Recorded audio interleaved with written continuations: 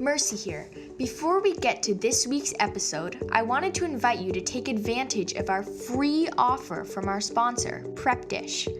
Maybe you've heard us talking about this amazing partner for a while and you just need to take the step of checking it out. What are you waiting for? Prep Dish makes preparing healthy and delicious meals your entire family will love so easy, even my mom can do it. Some of the recipes include my favorite, potatoes. You get a weekly meal plan complete with a shopping list and recipes. You'll save money by shopping smart and be the hero of the kitchen at your house. Prep Dish has so many great options, including gluten-free and paleo recipes. Support Hey Girl and get 2 weeks free by going to prepdish.com/heygirl. That's prepdish.com/heygirl for 2 weeks free.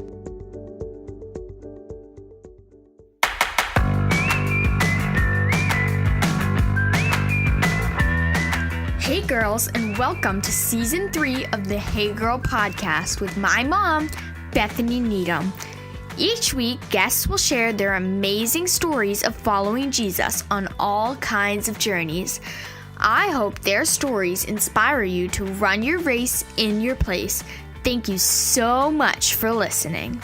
In just a few short weeks, we will be back with all new interviews to finish Season 3 of Hey Girl. From now until Easter, we are sharing some of our favorite episodes from the archives. These interviews are worth discovering or listening to again. This week, we have Bethany's interview with Kate Merrick. Enjoy and keep being awesome for Jesus.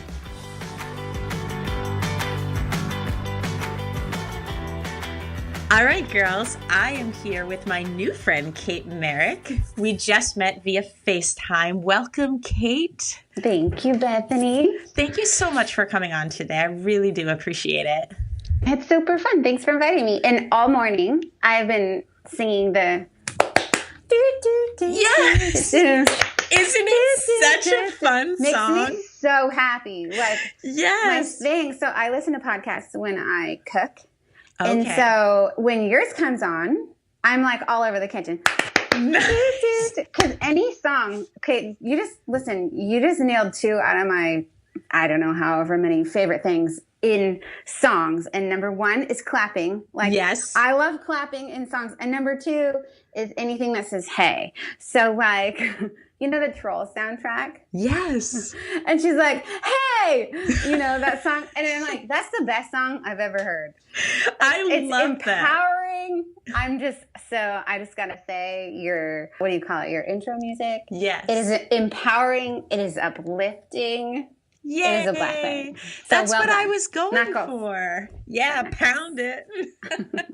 I literally, when I was listening through so many like little musical things and that one came on and it was one of those, oh my goodness, this is it. Yes. Because I felt like if someone didn't know me and I could give them like a piece of music that would be like, this pretty much represents what we're doing. So like when you're on one of those retreats and they're like, if you were a color, yes. What would you be? You're like, okay, if you were a 20-second soundbite, yes, what would you be? That would totally be me. Yeah, I'm feeling it.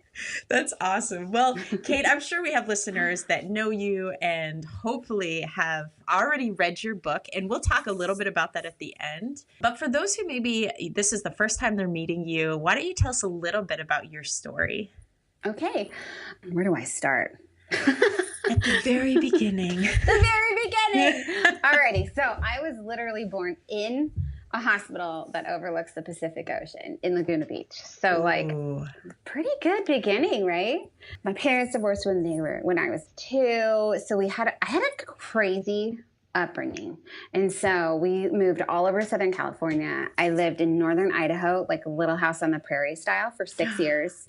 No electricity. This has to be, we'll talk about it in a little bit, but this has to be maybe like, I don't know, like the beginning of my unpluggedness, you know, my desire to be unplugged. Anyway, Gotcha. My mom went to nursing school and I remember her, because, you know, I was raised by a single mom. It was, you know, it is what it is. And so I remember her dissecting this cat, this like cat with rigor mortis, like literally, and it would be like on your dining kitchen table? Literally. Oh, gross. Literally, and it reeked like formaldehyde. And so she just pull that thing out of the fridge every day and just work on it. And so my precious, amazing single mother got her nursing degree, and we moved to Santa Barbara.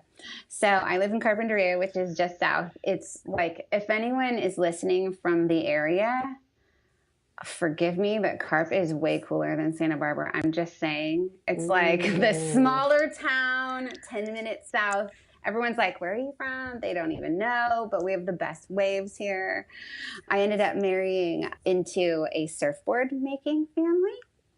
They are the Merrick family, Channel Island surfboards, which is super fun because I learned to surf when I was little because I spent every summer with my dad on the beach. So I married into this surfboard making family, which was just so fun being a surfer, and my husband and I. And when we first started dating and going out, like, neither of us knew the Lord. We both had gone to church as little kids. We were just raging radical heathens, just awful people. And I think secretly we both thought we were Christians. Okay, I'm loving the term raging radical heathen. Yes. That's such a good what description. We were raging radical heathens. So a few months after we started dating, we were just hanging out at a party and, you know, just like drinks and smoking and whatever. Not that there's anything wrong with smoking, but I'm sure what we were smoking is not legal. Although now in California it is. So. Massachusetts as well. Okay, well, there you have it. Anyway, and I remember he looked at me and he looked kind of scared, and he said, would you want to go to a Bible study with me? And we had already been dating for a few months. And I looked at him and I just like stared at him for a second. And I said, are you a Christian? And he goes, yeah. And I go, me too. Like, we thought we were Christians because we had gone to church as little kids. I had a Bible. Like, I would go through my Bible and read Revelation and Song of Solomon, right? Like, come on. Like, let's get to the juicy parts. Yeah, seriously. Why don't you just throw Lamentations in and call it a night? Right? And then, you know, we thought we were Christians. We had, you know, like this semi-Christian upbringing. And anyway, we went to this Bible study, and it was this precious, precious couple. They're actually the parents of two girls that we both were in high school with. And he had been invited to this Bible study. I didn't know he was going. He had been invited maybe 6 months before by a pretty girl. And so he said yes, because a pretty girl invited him to Bible study. So, well, yeah, of course I'll go. And the pretty girl quit going, but he kept going, and I didn't know he was going. So I started going with him. And girl, the Word of God just blew our minds. We like started like reading the Bible, like, oh my gosh, this is real. Like, this is in black and white. And God just like, it took probably a good year and a half to like, I don't know, give us like a real solid foundation. But I think there was so much going on in both of us. I don't think if God just kind of like showed us everything at once, we'd have turned tail, just been like, this is too gnarly, you know? So one by one, God would just say it through the Word, like, number one, Jesus loves you. Number two, he forgives you. Number three, like, don't have sex with someone you're not married with. Number four, like, don't do drugs. Like, don't be drunk with wine. And we'd be like, oh, really? Well, okay then. You know, like, I've seen it written here, so let's do that. He was going to UCSB at the time, and he was taking this religious studies class, and the professor was just this awful, awful man. Awful. And he would say all these blasphemous things about Jesus. And, you know, like, oh, well, what if he was really gay? And what if he this? And what if he that? And Britt would think, wait a minute, that doesn't sound right. I have a Bible at home. So he would go home. So we had started going to this Bible study. He would go to that religious studies class, go home, check it out in the actual Word of God. And then he would start like debating with the professor. And he'd be like, actually, you know, this is what the Word of God says. And the professor hated his guts. He called him preacher boy and all this crazy stuff. My husband just got this crazy love for the Word. We ended up going to that Bible study every night for 7 years. Every week for 7 years. Wow. 7 years. And like, I'm telling you, remember I told you we were crazy, raging, radical heathens? I mean, there'd be nights where I showed up like after having several beers, like, well, I got Bible study after that. That sounds great, you know? Or like, that's amazing. Right? I feel like somebody needed to hear that just to be like, okay, so there's still hope for this kid that keeps showing up high at my Bible study. Right? He's showing up and you're sowing the word of God into that person. Amen. Like, it will not return void. So yeah, it was crazy. And then we got right and then we got married and he started teaching the Bible. And now back to the whole surfboard thing, we were supposed to take over the business. And like, I'm just going to tell you, like, this business is fun. It's cool. It's lucrative. It's like everything you want in a career. Okay. Like travel, surf, like pros, fancy, not fancy because it's surfing, but you know what I mean? Anyway, and then so there was a retail business and a wholesale business. And I was working at the retail store with my mother-in-law, who I absolutely adore, like precious, precious. So our plans were, we're taking over Channel Islands. That's our thing. Like literally, God just called us into ministry. We just knew it. It was one of those things where like God just speaks to you. We both woke up one day and we're like, oh my gosh. And it started in college ministry. And then we did 7 years of college ministry and God's like, you're going to plant a church. And so he had to say, Dad, you know, you've groomed me to take over the family business your whole life. But God is asking me to do this. I have to do this. Wow.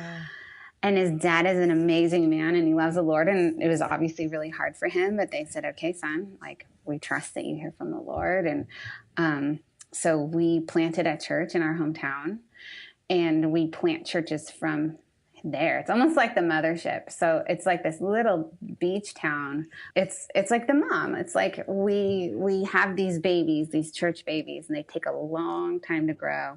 And then we take care of them and we send them out. And then while they're out, as long as they need help financially, we take care of them. We take care of them spiritually forever. And we now have churches in the two neighboring cities, LA, Stockton, San Francisco, Boston. Woo, woo. What? Thank you. London. Thank you for planting a baby here. You're welcome. How you like them apples, right? Does everyone say that? It's like the only Boston thing I know. I love that that's associated with us. Oh, that's right. Lobster. 2 more churches, London, England, in Honolulu, Hawaii. That's our newest baby. I love that. I know. I would like to visit that church. I'm feeling called. I really feel like the Lord is calling me to visit. Yes. And to really pour into the church in Hawaii. For probably all winter. At least. Yes. My son, actually, who is 17, is feeling called to Hawaii as well and has plans to move there. So God bless him. He's a smart kid. Hey, I'm just saying, you have to visit your son. It's part of your ministry. I have to. There you go. Yes. And our church baby, too. So I love that. Yeah. So we got all these church babies. And then in the middle of all that, we had real babies. And those were the best kind, I'm just going to say. So we have Isaiah is my firstborn. He's 17 years old. He's darn cute. And he's homeschooled. So, you know, that's always great. I love homeschool. And then I have Daisy, who lives in heaven. And I have Fifi, who is an absolute nut job, and she is 3. So that. Under my roof, I've got a 17-year-old boy and a 3-year-old girl. And I have to say, I was like, oh, you know what? I wish I had more kids. I have all these, you know, wishes about my life and the way things have gone. And I'm like, but at least my kids won't fight, right? Because they're so far apart. Oh, no. Oh, those two, like, scream at each other. Get off me. Get off. She's like, she just picks a fight. He walks into the room. She goes, no, bro. Stop it, you guys. Jeez. It's like a throwdown as soon as he comes in the room. Every time. Yeah. So it's a little crazy at my house. That actually makes me feel better because mine are less than 2 years apart and they fight like crazy. And sometimes I look at other people's kids and I'm like, how do you get your kids not to fight? Like, mine look for things to be irritated with the other one about. I think every kid do. I really do. I think they're just out in public usually when we see them. And so we're just seeing their we're just seeing their best behavior. It's very and true. Maybe, so either mom has like a pocket full of candy where she's like, you behave and I'll give you all this candy. Or she's got like a switchblade and she's like, I'm going to cut you. Yes. You know. You better watch yourself. Right? You just never know. You gotta see what works. Yeah. My son, it's all about the money. I'm like, bro, okay. Like, I used to pay him 50 cents a day to read his Bible when he was like, 8, 9, 10. That was amazing. He was like, yeah. And I'm like, okay, yeah, I'm going to pay you 50 cents a day to read your Bible. Because you can't expect like a kid to be like, I just really want to grow closer to the Lord God Almighty, Like, I actually love that. I've never heard anyone say that before, but that's...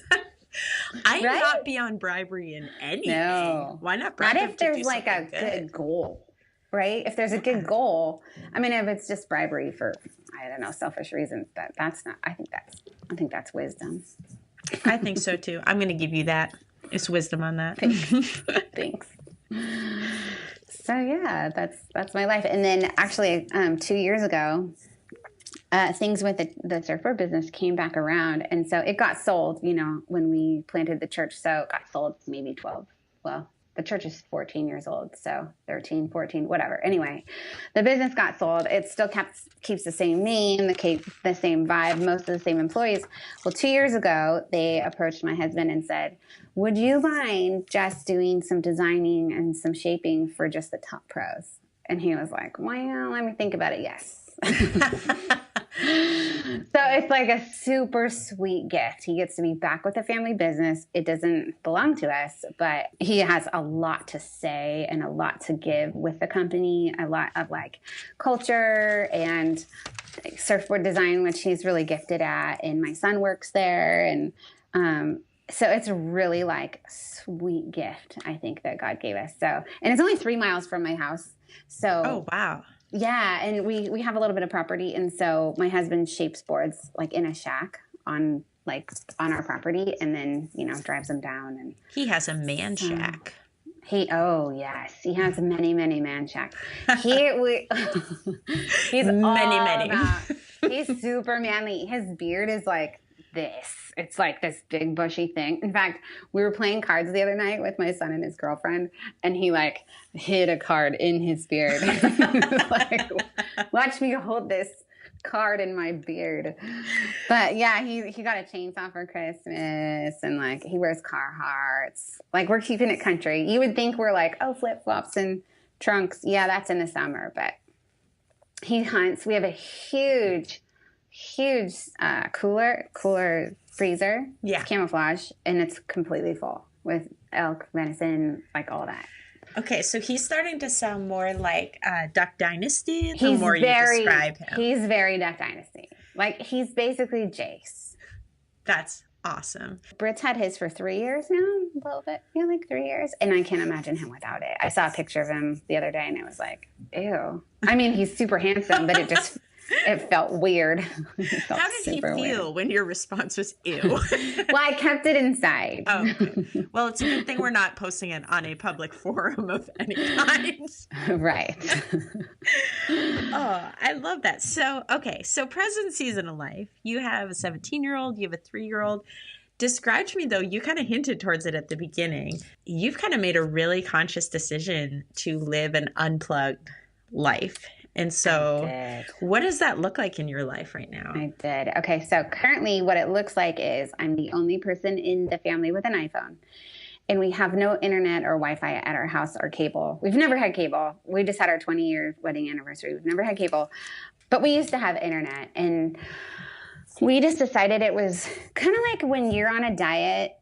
If there's chocolate cake in the house, you're going to eat it. Like, we were just like, well, we just don't want to zone out on a screen our whole lives. So if it's there, we're going to zone out on it. So it's almost like being on a media diet, but almost like how paleo is not a diet, it's a lifestyle. You know what I mean? Yes. This isn't really like a diet, it's our lifestyle.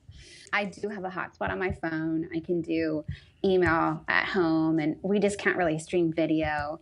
I'm going to be honest and superficial and vain. I shop from my phone. Free People has an extra 40% off their sale right now. I'm just saying. What? But by the time this airs, it'll be over. So you know what?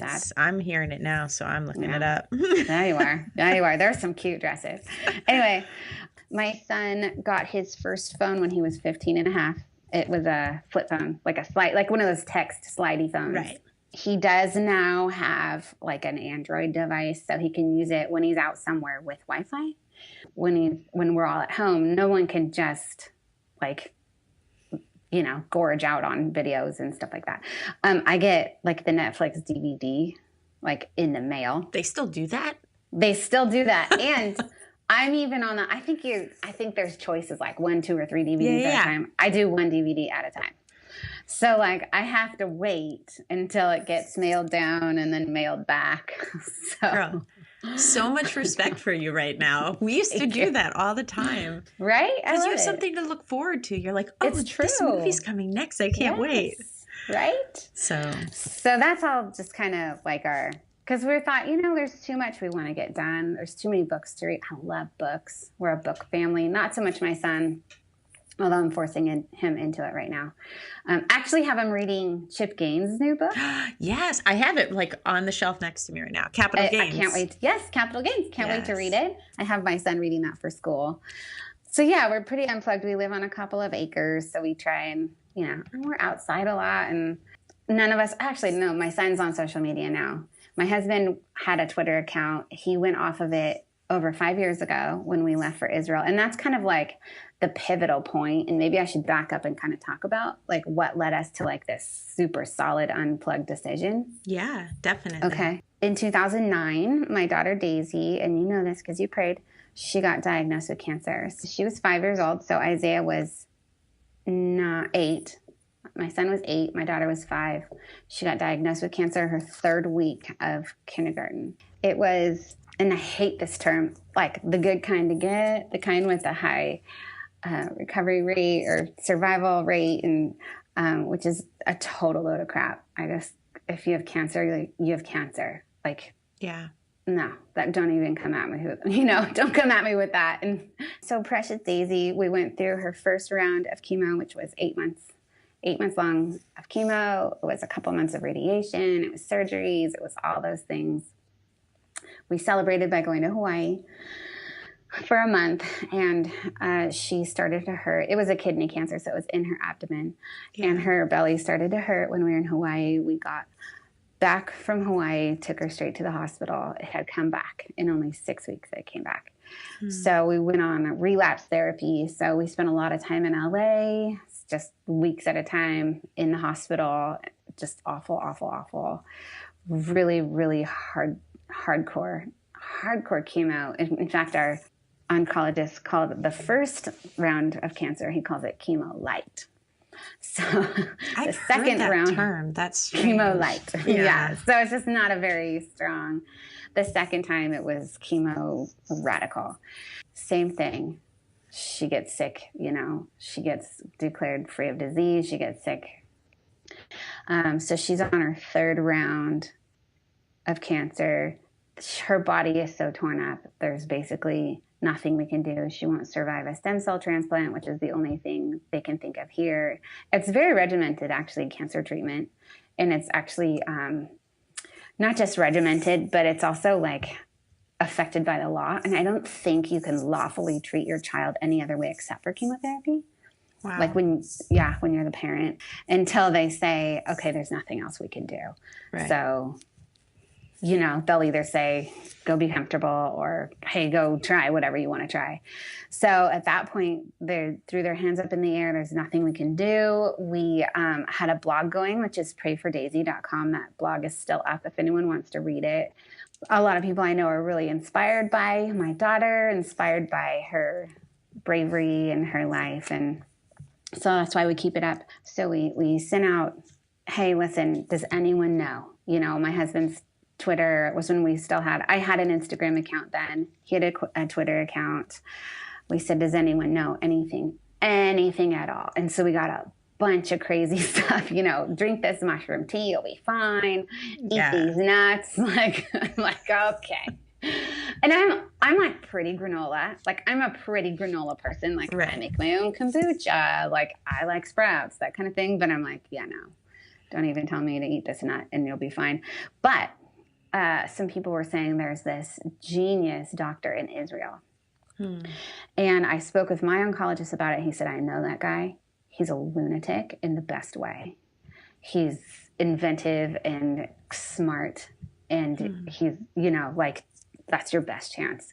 What we wanted to do there was going to be like $500,000.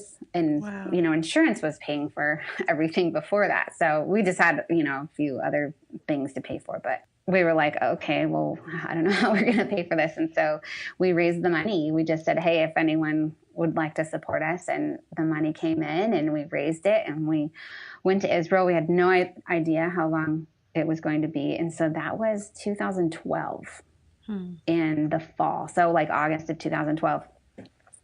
So we packed the kids up. We moved to Israel and sought treatment in Tel Aviv with this amazing doctor. And he did all kinds of crazy stuff to her. We were there for 3 months. And right before, so I'm going to go back to what we were talking about media and stuff like that. Right before we left for there, we kind of just really got faced with like, okay, this is getting really real. No longer is it just really sad, but like the chance of her not making it is really high. Right. And I remember I was in UCLA in the hospital, and we were harvesting Daisy's stem cells. And it was taking like so long. It was like a week long of her just hooked up to this awful machine. She was in so much pain, but we needed her stem cells to do this treatment in Israel. And I was just bummed to be in the hospital again and sad. And I was scrolling through my Instagram, and just every other person was happy. They were all on the beach. They were at a barbecue. They were playing. They were outside in the summertime. All the other little girls had hair. I was just bitter, and I was just sad. And I took a picture from where I was sitting of like my concrete view. This is awful. You see like the wall of the other building, and you see the street. And I took a picture of it and I posted it with the like, I wanted people to feel sorry for me. Like that's, you know what I mean? Like it was on purpose. Like, hey, this is my view right now. And I remember like posting it and then hearing the Lord say, why are you doing this? Look up. She's still here. Why are you sitting around looking at everyone else's life when your life is to be lived and your daughter is still here? She can play puzzles. She's not gone yet. She's funny. She's cute. She's sweet. She's a lot of fun. She wants to snuggle you. She wants to watch cartoons with you. And I just remember looking over at her, just all frail in her bed, and thinking, oh my gosh, I've been looking at everyone else's life, and like mine is right here. That just was like a pivotal moment for me. Wow, I'm wasting my time on social media. And number one, what do I care about making people feel sorry for me? Number two, why would I do that to myself? Like stare at everyone else's great life, and miss out on my own. And so when we finally got those stem cells, and the next couple of weeks we were packing up to leave, and Britt and I were just kind of discussing like, okay, what's it going to look like? We don't know how long we're going to be in Israel for. What kind of life do we want to have? And we were like, what do we do with our phones? And he's like, listen, can you imagine the time that we would waste like posting on Instagram? Like when we're in Israel, like this could be our last few months with Daisy, and these are very sacred moments. These are very intimate. Why would we share them with the whole wide world? Why would we waste 1 second, posting Daisy on the Sea of Galilee? Oh, ha ha, like it just seemed like vulgar, really, to us. And so I'm not judging right now anyone else, but to us, we were like, this just seems like an awful waste of time. I quit my Instagram account. I don't think I took it off. I think it was actually private, and it might still be up there. Someone told me they were looking at it the other day. So I haven't seen it in 5 years. But I quit Instagram, and Britt quit Twitter. We went to Israel. We left both of our iPhones behind. We went completely off the grid. We told our parents, we'll email you once a week, but we're going to stay really unplugged and really off the grid. And so we did. We went there, and we had these teeny little phones just in case we got lost from each other because, we're like in a foreign country. We had this GPS thing that had a British accent, like to tell us where to go. And there's a million roundabouts. Should be like, cross the roundabout. And then we... You should record a voice for a GPS. I should. But it was so obnoxious. It'd be like, keep left. Like when you're driving on the freeway in Israel, every single off-ramp that wasn't our off-ramp, it would tell us to keep left 3 times for each off-ramp. We were like, we hated her. And then we couldn't tell when we were at the roundabout whether it was curse. It just sounded like she was saying curse the roundabout. So we started to curse every roundabout we went on. We'd be like, curse you, roundabout. Anyway, so we were unplugged, man. I mean, we had computers, but we kept it real minimal. Just tried to go once a week on them and, get stuff done and email and stuff like that. And when we got home, a few months later, my husband said, I don't want a phone at all. I got my phone back. I just, was back on my iPhone, but not back on social. That was my only social. I've never been on Facebook. I'm Facebook free and proud. So freedom, right? Let me tell you why I've never been on Facebook. I used to have this friend who lived next door to me, and I went over there one day and her computer was open, and it was open to Facebook, and I didn't know what it was. And I said, what's this? She's like, it's Facebook. And I was reading it. And someone had posted that they folded 8 loads of laundry and then they were going to go to Trader Joe's and Costco. And I was like, I'll never get those 3 seconds back of my life. I don't think anyone cares about your trip to Costco. And you just wrote about it and you made me read it. I will never do this Facebook thing. You are so smart because I am here to tell you it has only gotten worse. That's what I hear. I hear it's vicious and awful. Oh. And especially with political stuff, we all know things are not so great, but do we need to be reminded? No, we need to enjoy each other, look at each other's faces. And anyway, so we got back. My husband didn't have a phone at all. I got my iPhone, stayed off all social. The Lord took Daisy to home in February of 2013. And when that happened, I did one final post on our blog and just basically said bye. And we were completely off the grid. My husband did finally, a few months later, get a phone because his friends were texting me. And I was like, dude, you've got to figure this out. And so he has a flip phone. It's literally like a flip phone that doesn't text. So I do have an iPhone because I'm a mom. I take pictures and I want to text them to my mother-in-law. You know what I mean? Exactly. iPhones are just cameras that happen to text. It's so true. It's so true. But yeah, we've all stayed off social. In fact, somebody the other day said something about Britt's Twitter. And so I was like, oh, is it still up? And I looked it up and it is. And it's the saddest thing ever because it's he was tweeting and then you could tell that an admin person was tweeting. It was come to our Easter service. And then it was Daisy died. And then it was nothing. And I'm like, this is the most depressing thing ever. So sad. That's the hard thing about social media, though. Even once you leave it, it just lingers it's out just there. It's so creepy. It is a little creepy. It's totally creepy. It literally kind of creeped me out that someone you don't know could find out what your home looks like, or I don't know what your children look like. And I mean, by that time with all the blog and everything, I was past that, but still, or, where you are, what you're eating, and all those, ridiculous things. So anyway, we stay off the grid, we stay unplugged, and we love it. I love that. So that's something that obviously has been a good decision for you, and otherwise you'd be back on social media. So I absolutely love that. Is there something else in this season of life for you that you're just really excited about? This is just a favorite that you got a 17-year-old, a 3-year-old, you know, you're living off the grid, you're doing the church baby planting, all of this. Mm-hmm. But if you could pick something that you're like, I just love this about this season of life. Gosh, I love a lot of it. I love having a little kid again. Just, she's so squishy and good, and she's just so beautiful. And she says, Mom, look at my princess face. And then she has this look on her. And she's just so dang cute. She's so cute. So I love that. I love writing. So I had been writing that blog. I think a lot of cancer moms, they start to blog. It's super cathartic. You know, it helps you sort your thoughts. And I quit writing after Daisy died. And then 2 years after that, 2 years of heavy, heavy grief and heavy sorrow, God just kind of showed me a way out. And I ended up writing a book about it called And Still She Laughs. It begins the day my daughter died, and it ends with, hey, this is how God has brought me joy, like in the very middle of suffering. Because I didn't think it would ever happen. I mean, your kid dies and you're like, we're done, game over. Like, I'm out.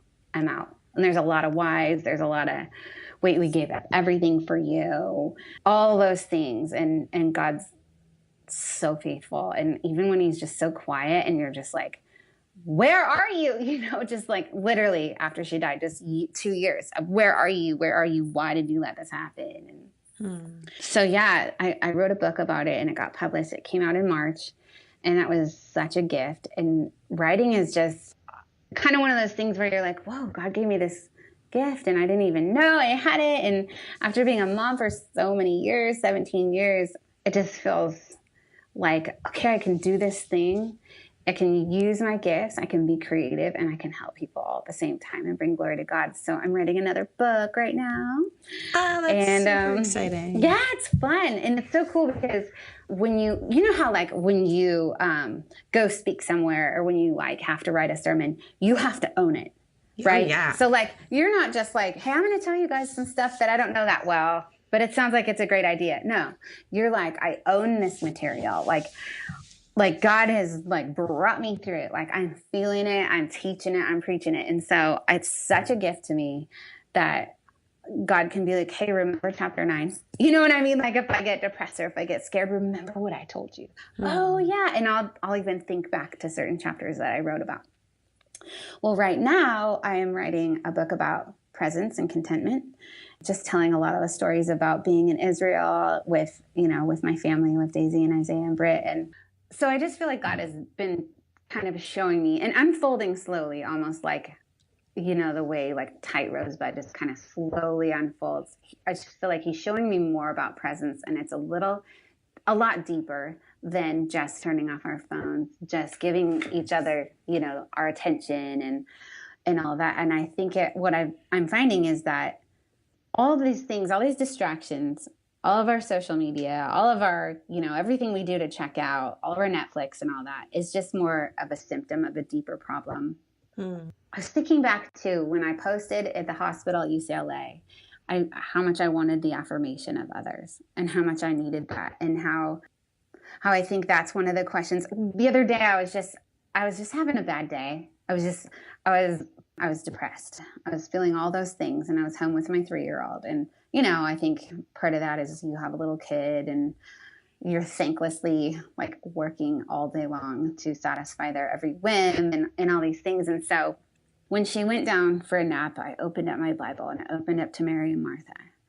And, you know, we all know the story, and we love to give Martha horns and be like, oh, Martha, you're such an idiot. Like, how could you be doing that when, like, the Messiah, you know, like, how can you talk to the Messiah that way, first of all? And how can you be worried about but that's us, like, every day. And how she wanted, like, affirmation from Jesus, and Mary sat and listened.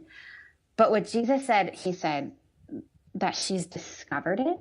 And so I feel like presence is something we discover. It's not just turn off your phone. It's not just, I think it's this deeper question of, am I loved? Am I important? And I just remember I sat down and I was reading that story, and I started to journal, and I felt like my feelings, like for example, I was worried about getting my book done, the book I'm writing right now. I'm working so hard with my 3-year-old. How am I ever going to get my book done? And so I feel like, okay, but wait, what's a deeper question there? Does my work matter? Okay. I feel like, so tired of taking care of this little toddler. Okay, well, what's a deeper question there is, am I loved? And I just felt like, I feel like, and I'm having a hard time explaining it right now because it's still, God is just showing this to me right now. And I'm just kind of trying to work it out and write about it. So it's all kind of swirling around in my head. But presence, think about like the garden. I just feel like so much of the word of God is about presence. Like God was with Adam and Eve in the garden, and the whole sad thing was that he couldn't be with them anymore because of sin. And there's so many cool references to presence. And I think the way we look at it in our Western modern culture is more like, hey, don't be on your phone. But it's so much deeper. It has so much more to do with like love. When you're like, hey man, be present, be present. Well, it's not for any other reason than you can just be loving the person that you're with. And I think the way that our culture tries to kind of gloss over so many things in real life, and we make replicas of things in real life. So think of all the things we try and replicate as humanity. And so I think one of the things that in the last 10 years we've tried to replicate is community and relationships. And so someone can have thousands upon thousands of followers, or, hey, my online community. And I'm like, well, your online community is not going to bring you a casserole when you're sick. Your online community is not going to come lay hands on you. Your online community is, who knows, it could just be a man posing as a woman. Like, we don't know. That's not actual community. I think it has a place. It can like be the initial invitation to draw someone into a deeper relationship, but that's not actual presence. We try and replicate that by more, and no longer are we satisfied with the slow, with the, we try and replicate food with fast food, and you can do this and you can get so many more things done, but like we're missing on the beauty of cooking and the smells and the textures and the flavors and the work of your hands and the sharing with people that you love. And so I'm just kind of wrestling with all those things. So I'm just really loving the opportunity to write because it helps me own those things. So, and I think contentment and present are thoroughly entwined because think about it, we have a problem with presence when we're most discontent, right? We want to scroll. We want to find pretty things online. We want to see that someone thought we were cool. We want to, I'm not going to lie. Like, I read all my Amazon reviews. So I'm not going to be like, I am so holy, I'm not on social media. Oh yeah, I found every single of those reviews and I read them all, which I promised I wouldn't do. I promised my husband I wouldn't do that. And I totally did that. So went back on that promise. But anyway, writing about presence and contentment, I'm just super thankful. I love that. And not that you need my affirmation in life whatsoever, but I read your first book. You are incredibly gifted in writing. And just that little bit of you explaining what you're writing, I'm totally pre-ordering the next one. So Yay! I will buy them for all my friends. And you're so sweet. As you talked, that was the thing that kind of came to mind, is the difference between just shutting off your phone and just being there versus actually embracing what is true in that moment. Mm-hmm. And because I think there is that great fear of, if I really quieted down enough, if I really shut down everything, then almost like the fear of, would God even be there, or would these things? And I do think it's part of why we miss out on that intimacy with God, that deep communion with Him. Because we keep just enough noise and just enough busyness to keep us from that place. We do.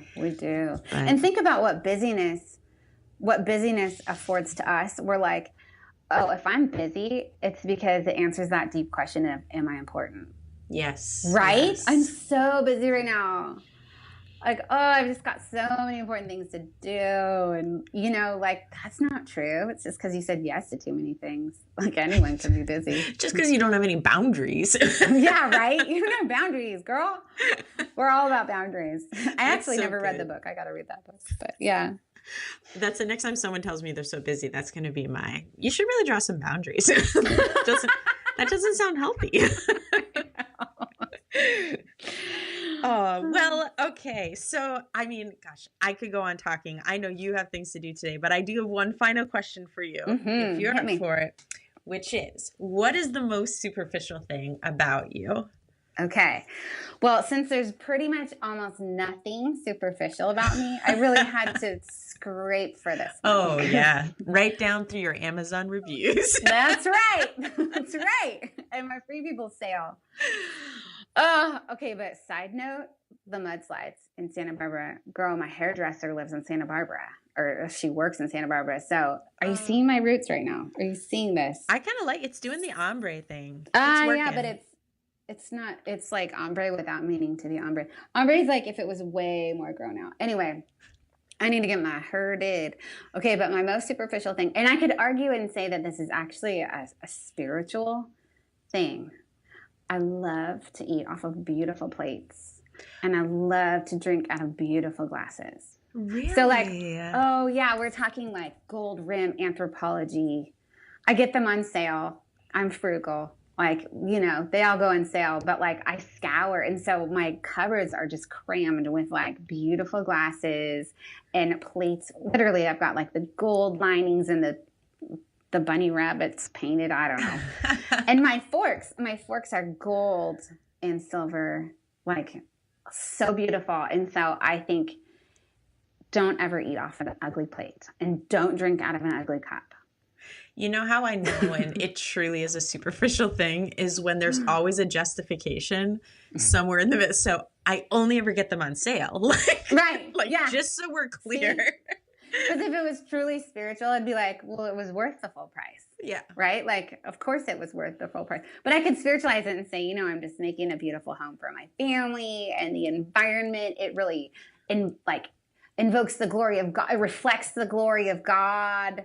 You were totally a writer. The temple was full of these golden instruments. I'm just being holy here. Just being holy. The temple was full of anthropology. It would be. I'll tell you what, if there was a third temple right now, it'd be filled with anthropology utensils. That's amazing. Well, thank you this has just been such a treat, and I've loved getting to chat with you. Thank you so much for taking the time. I could hang all day with you. Oh, it'd be fun. Yeah. Hey, if I ever come out to Boston, which is entirely possible, I will come see you. Absolutely. You definitely need to come visit.